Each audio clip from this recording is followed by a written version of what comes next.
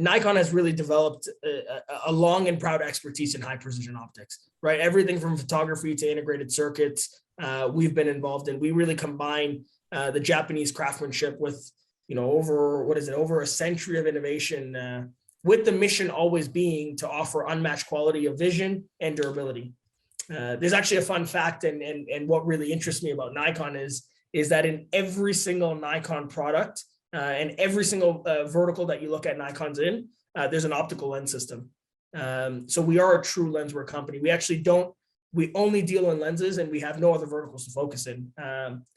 To be frank, we are not the jack of all trades, but we are definitely the master at one.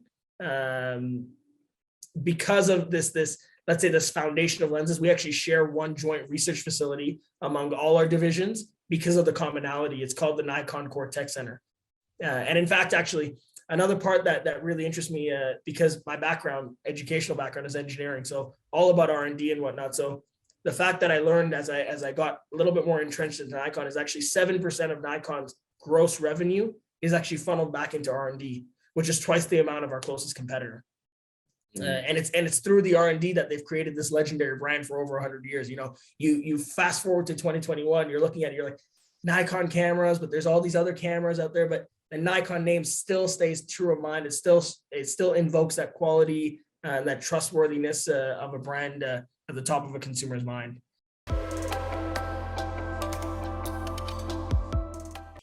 And the technology in our top end lens, where we scrap the notion of a base design for PAL lenses, right?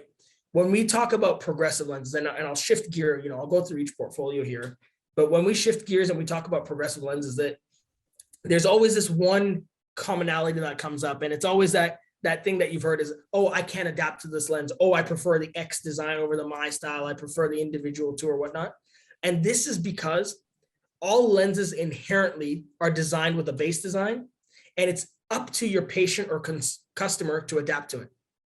But if we get real here, we're at the point in technology that even if we keep coming out with more and more lenses, and I claim it's wider, it would be so minuscule because about 5 years ago, it was perfected. There's no more room left to play on a lens. And now it's becoming more of a marketing push, as we like to say. So what Nikon has decided to pivot their focus and their key R&D on is adaptation. And this is what we achieved with our new lens design. And actually, we were nominated for the SOMO. We were the only lenswear company nominated for the SOMO Innovation Awards for outstanding design. We scrapped that whole notion of a base design, and we really want to bespoke this lens for your customer. So you can really flex the design to become a hard design, a soft design. You could provide, numerous amount of parameters if you wanted. And we're so sure that this lens will work, along with any of our other lenses, that we actually provide complementary pairs for you to experience the Nikon difference. And the other key part for our positioning is simplicity, right? Because of our customer base and because we're later to the game, to be frank, I notice people are coming out with books and books and books of lenses. That's not the way Nikon wants to perform. So what we decided to do was create a one-page portfolio, really simply. We have 4 progressives based on a good, better, best, and a unique model, 2 single vision lenses, and 1 office design. This covers all the technologies grouped into one package without that marketing noise that you'd get, without that notion of how different really is this, because we really want you to see the visual difference.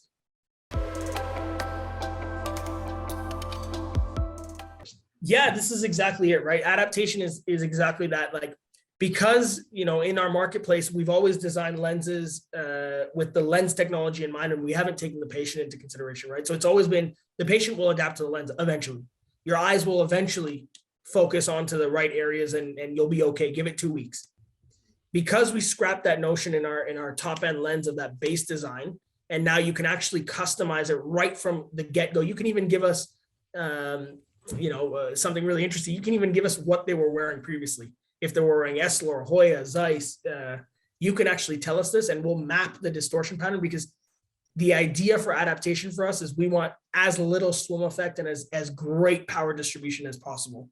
And the only way to achieve that is if we go from scratch. Nikon has the luxury of going down that route, because yes, it's more expensive to manufacture a lens that way, but we are not volume dealers. We're not looking to open up and down the street of everyone. We're not looking to to go into the big box chains and work on it like that. So for us, having that luxury of creating those bespoke lenses is how we achieve that great adaptation. And actually, there's a fun fact: we launched the lens out in February. We've sold, I think, year to date about like 823 pairs, and we've had one non-adapt to the lens. So if that kind of gives anyone some sort of reassurance that these lenses work, and of course we always provide the complimentary first, so that you can really believe it. If it works, then you move on.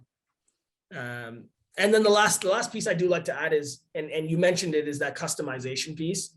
Is, we're trying to go down a simple route. So we don't want to remove options from our lenses just because that'll cut costs for an optician. We want to, because of our customer base being, primarily independent opticians and independent optometrists, who are very, very well trained and very technical at fitting our lenses, we actually allow customization on all our lenses.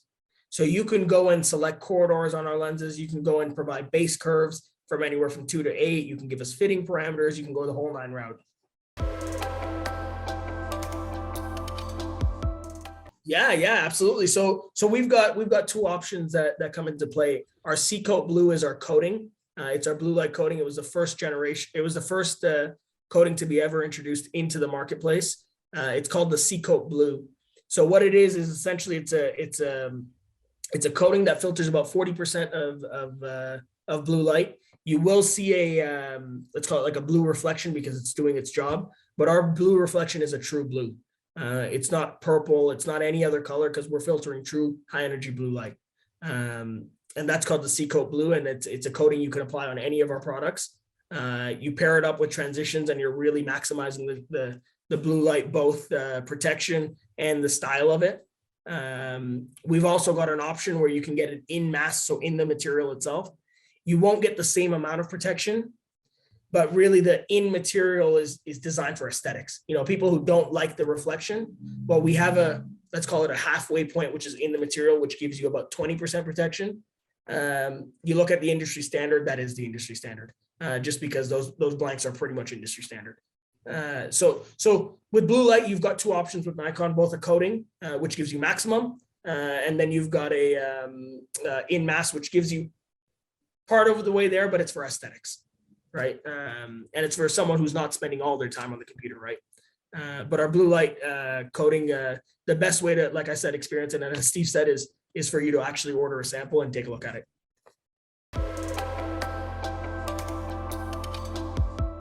Yeah, so we hold actually the patent there. So as I said, right at the starting, so Nikon shares one research facility amongst all our divisions. So the engineers at Nikon, essentially, we're looking at it. We're looking at nighttime photography lenses. And what they realized, they're like, okay, if nighttime photography lenses can create such sharp visual acuity in dim light situations, what if, and it was straight up this, what if we applied the same coating on ophthalmics? What does it do? So we did some white paper research. Essentially what we came out with was, if you enhance the red wavelength in dim light situations where you're losing it and you're losing visual acuity, if you introduce this sort of tech into the lens, what's going to occur is you're going to gain contrast in dim light. You're almost going to be, night vision is the wrong word to use, but you're almost going to be restoring your vision, if that makes sense.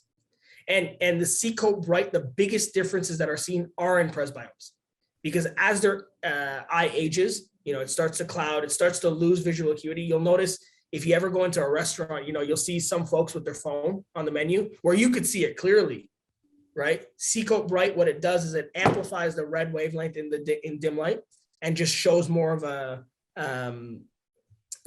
visual acuity on that image, so you can make out the concept.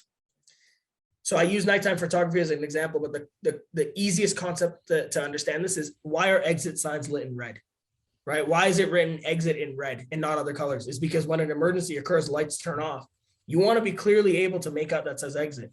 Any other color will scatter at night. Same with pilots. The reason their instruments are all lit in red when they're flying is because they can clearly make out what exactly that's written, because red light is what's going to increase that visual acuity. So the coating itself It's got like a little bit of a skin tone hue to it. Like if you put it against white paper, I don't know who's that white, but if you put it against white paper, you're going to notice a little bit of a pink hue, but on anyone's skin, it's clear.